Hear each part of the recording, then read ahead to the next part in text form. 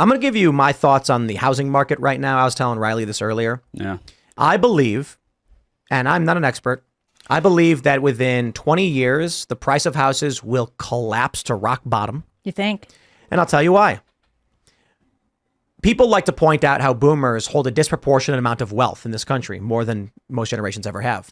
But most wealth is being held in the form of real estate, which means a boomer owns a house worth $400,000 and will sell it to another boomer for $400,000. Maybe there's a wealthier millennial who can afford it and they'll buy it too, but typically it's property held by the older generation. Now, what happens when the boomers start dying? They're going to get older and they're going to start passing away. Children who are millennials or Gen Z will inherit a $500,000 property. Typically what happens in these scenarios is that you'll have a kid who lives in Chicago and his parents were from Maryland. His parents die. And then he gets a phone call. He's like, oh no, my parents are dead. He's sad, goes to the funeral. And then the lawyer says, what would you like to do with your inheritance, which is this house and these accounts? The kid says, I don't want to live in Maryland. I don't want to deal with the taxes. I can't maintain the house. Sell it. So there'll be a glut, basically. I got good news for all of you, though.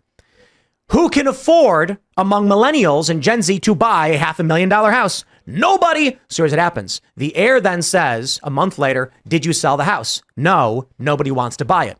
Why not? Because nobody can afford it. Okay, lower it $50,000 a month later. Lower it another $50,000. Finally, it sells for $250,000. The prices are going to collapse because the value is on paper based on real estate, which Gen Z and millennials cannot afford.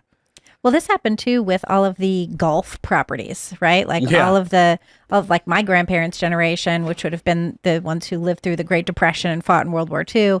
They all bought like these homes on golf courses, and then their kids, the boomers, inherited these homes, and no one wanted the homes and on the golf course. No one wanted that. So those prices became ended worthless. up being worth nothing. But as you were talking about with regard to, Gen Z and millennials and loan forgiveness and things like that, did you see the Washington Post today put out a story saying the economy is roaring, immigration is a key reason. And that's on the same thing. Yeah. That's on Gen Z needs to see this video. You share this video with Gen Zers and say, I don't care if you think Trump's a fascist. I literally don't. I don't care if you think he's Hitler #2. You're allowed to hate the man, but you should ask yourself why it is they are allowing, what is it now, 16 some odd million or 15 million non-citizens. They have allowed them to illegally enter the country. And you might say, yeah, what's the big deal? Well, they're getting your stuff. Yeah, they're getting all your money. They're getting all your accommodations. They're getting your Xboxes, courtesy of the city of New York. They're getting your property. And why is it that I'm deeply offended by this. That there's a 26-year-old who should have their own home with 4 bedrooms and a white picket fence, a wife and children. Instead, they are saying, I can't afford this 5-foot by 10-foot box in New York City. And non-citizens are being given luxury hotel rooms. They're being given thousands of dollars in a debit card that we are all paying for. The children of this nation who are entering adulthood and need to be able to raise families and enter society are being barred from doing so. Unfortunately, this is a huge problem. Many of them are voting for it. So I can't be too mad about people like David Hogg or who's that other guy, the Democrat There's Gen Z so guy, many doofuses. Harry or whatever. There's a couple of them. There's that Harry guy, and then there's the Asian kid who is horrible. But these kids are all rich. They don't care. Oh, yeah. They're taken care of. It's the poor kids or the working class families who are now being told you will never own a home and you will never have a family. But don't worry.